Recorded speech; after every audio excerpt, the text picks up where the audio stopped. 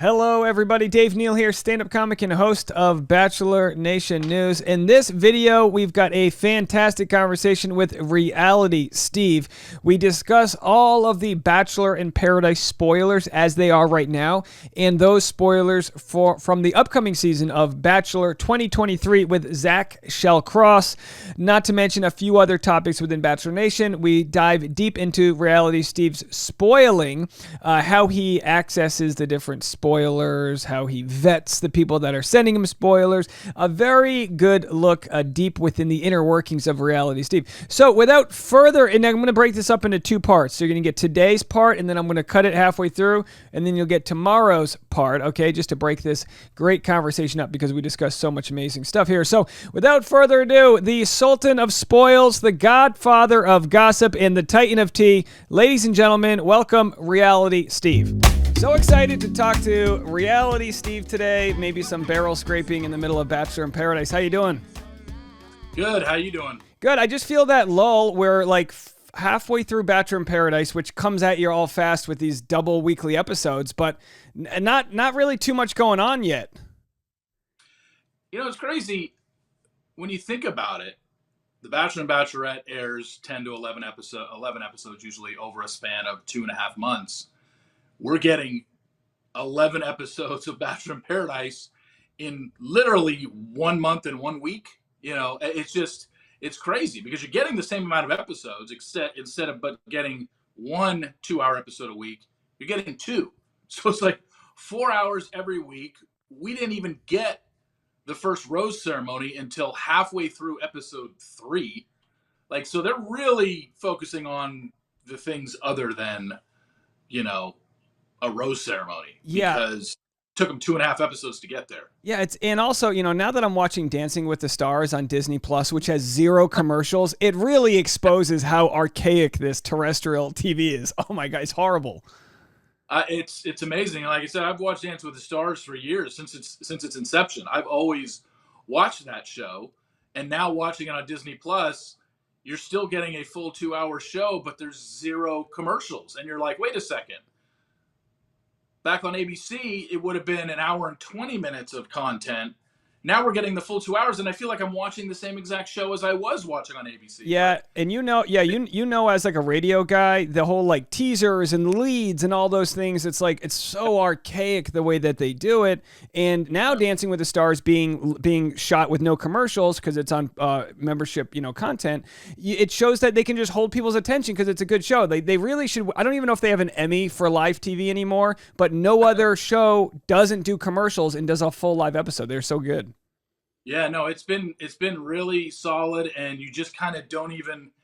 There have been a couple things where it's like, okay, this is where they would normally go to commercial because they just have pro dancers come out and dance for 15 or 30 seconds while the couple goes up the stairs to get their scores. That's usually in the past.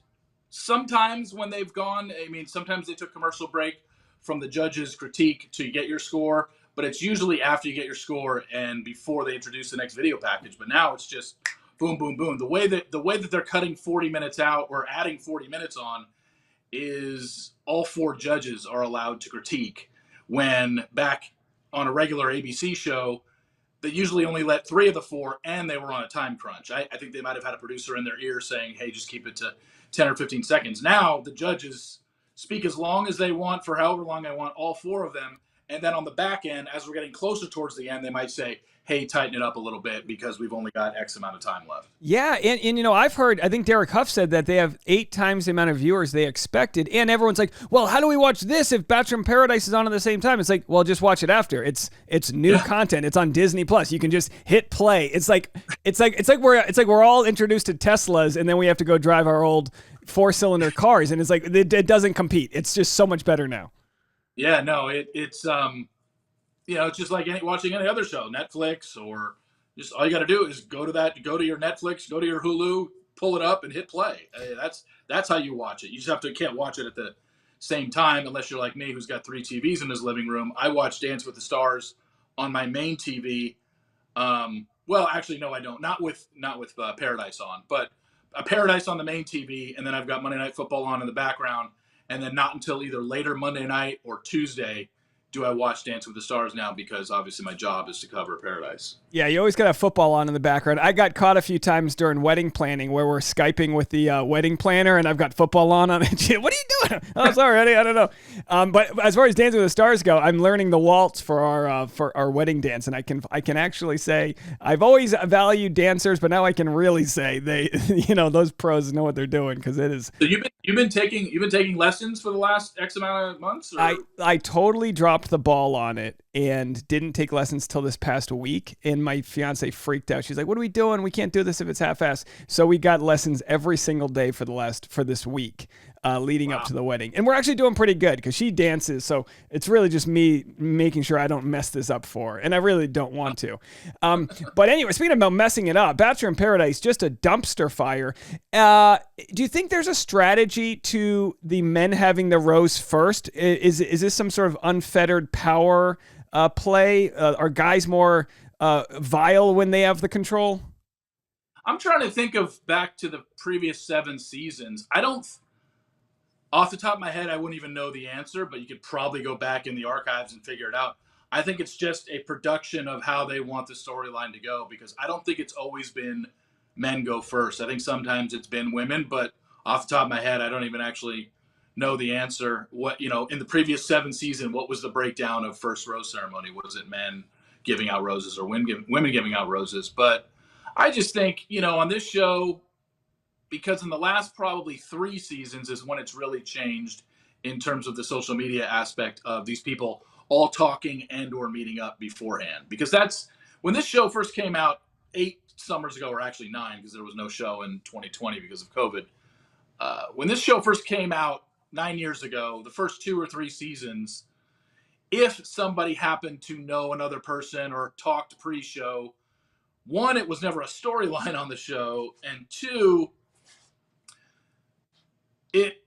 I think it rarely ever happened. I mean, because Instagram was still in its infancy stages, and you just, I guess, I don't know what it took for people to just be like, hey, I'll just contact them on social media. I'll hit them up. I'll DM them. I'll send them a tweet.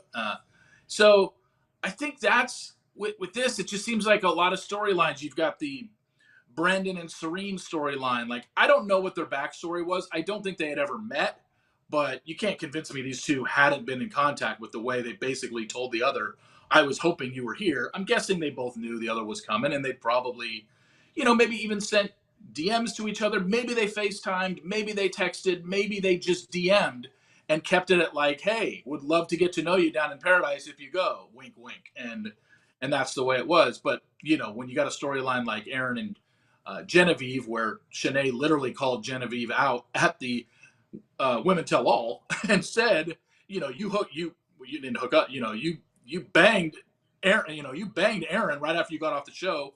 How sincere are you about finding love? Like, all that stuff, which is hilarious because while they showed a clip of it, Shanae and Genevieve just seemed like totally cool. Like, we never got any sort of resolution. Hell, the last time we saw Shanae before Paradise, she was on the hot seat getting grilled by every single woman at the Women Tell. They all hated her. And then she gets down to the beach, and there's no acknowledgement anywhere whatsoever that Shanae has either apologized, these women have forgiven her.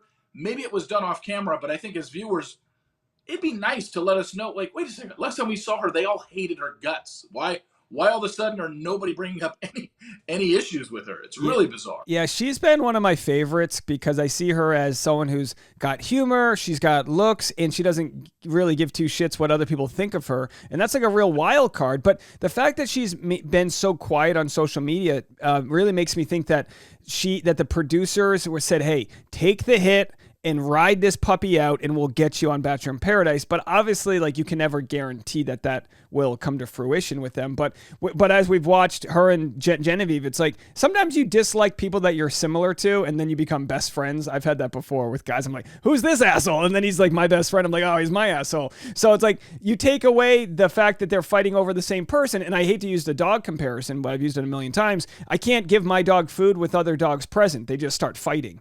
It's the same way when, like, if there's one guy and everyone's fighting after the same guy, it brings out the worst version of you. Bachelor in Paradise gives you a little bit of a chance to, like, find somebody else, and then I think that you can build maybe more camaraderie because you're not in, like, direct competition. Yeah, I think that these two, while it is, we're already seeing it play out that they're not going to be at each other's throats this season. It even seemed to be smoothed over when they were watching Aaron and James, dancing in the pool, and they were just two women standing off to the side, kind of talking about, hey, James is kind of cute and Aaron is kind of cute. Wow, this is a lot of fun, and it's like no animosity whatsoever. So we're already seeing the fact that I don't think there's going to be any problem between Genevieve and Shanae. It's just funny to me because they literally hated each other or at least Genevieve hated Shanae, and Shanae had a lot of nasty things to say about Genevieve on Clayton season, and then on the Women Tell All, they're all attacking her. And then she comes down on the beach, and there's no acknowledgement of any of that happening. Like, I just would have liked to have seen a scene. I gotta believe somebody pulled her aside and said, "Hey, Shanae," or maybe Shanae came down to the beach and said, "Hey, everybody, everything I said in the past, I'm sorry for that. That was stupid of me. Let bygones be bygones. Let's just have a good summer." Like something like that. But Yeah. just to jump into everybody, nobody has a problem with her is kind of weird. And it could be the same thing with The Bachelor refusing to talk about blackface. Maybe they just didn't want to have a neurodivergent conversation. They just want to keep all social commentary out of it. But which again, I don't know. I don't see where the harm is in having the convo. Now, I want to dip into the reality, Steve, spoiler vault here. Does anyone go off the deep end? Any giant villains? Anything I need to be ready for? Gosh, you know what's funny? I was giving the spoilers in real time back in June, and here we are in October. And for 3 months, I then started. Once I gave the spoilers out for Paradise, I didn't really hear much about it because it had already filmed, and we were on to Rachel and Gabby's season from July until September. And I'm just like, wait a second. So when Paradise started up a couple weeks ago, I'm like, even I forgot the stuff that I reported because I wasn't talking about it every day. I had to go back and look at some of the things. Villain wise, I don't. I don't think there's anybody that really stands out to me. I know that Kate Gallivan, who was on Clayton season, didn't make a name for herself there. Definitely comes on the beach and stirs stuff up. She becomes getting in the middle of people's relationships, and so on Paradise, that kind of technically makes you a villain if you step on the toes of a relationship that's already been established. Even though the whole point of the show is to come on and date people, and clearly some people are going to be coupled up or whatever. So I don't really get that. Does anyone stop Brandon and Serene? Does anyone like get in the way of that journey, or are they just going straight to the altar? I don't think I don't think so. I don't think Serene goes out on any other dates with anybody. I think it's just Brendan. And you can't blame them if even if they only look at each other's Instagram. They're both gorgeous. They're both king and queen. No problems. It makes sense that they would hit the ground running. But sometimes you meet someone in person and they kind of dud out. But that's the big spoiler, right? That they're going to be getting engaged on the show. Any word? Yeah, I think that's the big one. I know they're still engaged, and the other big thing is just the twist that they throw in. And when you tease it to the unspoiled, it sounds like a big deal, like they're literally kicking all the women off the beach in the previews. But basically, what they do is they stole a bit from Love Island, where basically right in the middle of filming, where a lot of couples have been established, Jesse will come in and say, "Hey, we are now splitting you guys up. Women are going to a separate resort. The men are staying on the beach, and then they're going to bring 5 women in to tempt those guys and 5 men in to tempt the women." So it's tempting your relationship without actually not having to be around your other person. Like those women that get separated at the time of the split are only going to be interacting with those 5 men, and vice versa. The 5 men will only be interacting with those 5 women for, I think in real time was a span of, I think it was 3 or 4 days. So Brendan is not around Serene. So he's forced to talk to somebody else. And I don't think anything established from it. I'm almost positive. And same with Serene. Now, how Maybe about she wanted to date because the show made her, but obviously in the end result was they were fine and they end up getting engaged. now? Victoria is with Johnny, and the spoiler that you broke is that they're still engaged. Is that still a thing? Yeah. I believe so. I heard rumblings a while back, but nothing that I could confirm. But they definitely get engaged at the end of Paradise. But the end of Paradise was end of June, and here we are, 3.5 months later. I had heard rumblings at one point that maybe things were rocky between them, and maybe they might have broken up. But honestly, I don't know. That one I haven't. I still think they are engaged, but if I got some sort of confirmation that they weren't, I can't say I'd be surprised because I had heard rumblings. No, we love the human element just because Victoria is so unique as a person where people are like afraid of her. She seems nice, but the type that like get on their bad side and they'll end you, just like, quick witted on social media. Johnny's kind of like a quiet bad boy. They kind of make sense. Yeah, they kind of do. And I guess I'm more curious about if these rumblings I heard were true. I just don't know. They definitely seem different. All the women there seem intimidated by her. That's for sure. We seen that.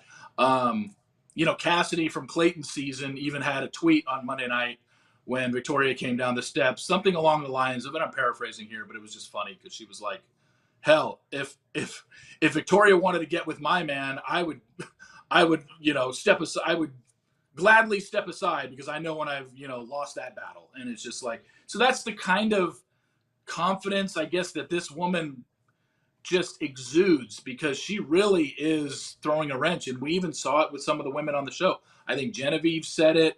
Somebody else might have said it, like, "Oh my God, Victoria's here. Oh, we're screwed." Yeah. She really has that confidence and air about her that I guess other women are intimidated by. And we saw her obviously on Pilot Pete's season, and I feel like it's like I hate to make like a, some sort of like it was like a Vietnam flashback. The way every guy's fought with their girlfriend that way, where like, you don't even know how she's winning the fight, and she just twists and turns everything. And you're like, it was pretty wild to watch because you're like, how are they even fighting? Like, what even happened? It was like the show couldn't properly convey how quickly she manipulated the situation. At least that's how I saw it. And of course, I feel like, everyone, that's why we watch the show, because we all see it differently. And obviously, Pilot Pete is so messy in his relationships that maybe he was giving her the space to question a lot of things because he's not really, he obviously had such a sloppy season that anything that reacts from the sloppy season, it's hard to even judge because chaos just brews everywhere. Well, it was interesting. It was interesting because I think that was the first time in the history of the show that somebody got a hometown date. They were all set to meet her parents, and then that's when they got in their fight. And Peter just said, "You know what?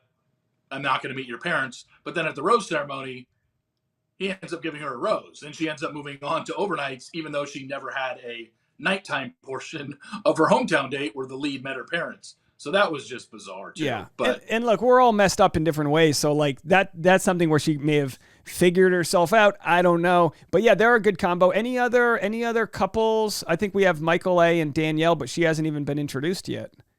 Yeah, Danielle Maltby from Nick's season, and she was on a previous Paradise season. I forget like the numbered seasons on what season of Paradise is Danielle Maltby on. Like off the top of my head, I can't tell you the number season she was on. I just know she was on. Remember, she kind of had that thing with Wells where she left and they kind of made out right before she left or whatever. Obviously, Wells has moved on. He's married now, and Danielle came back. But they're still together. And Tyler and Brittany Galvin end the show together. Tyler, who we haven't seen show up on the beach yet, he from Rachel and Gabby's season, he finished fourth. He was Rachel's fourth place finisher. The guy who has the in Jersey, the boardwalk, the basketball game, that guy. He shows up, he gets with Brittany, and Tyler and Brittany, at the time of filming, they leave the show as a couple, but I know that they have since broken up. They're no longer together. Thank you so much for watching. We'll be back tomorrow with part 2 of this conversation.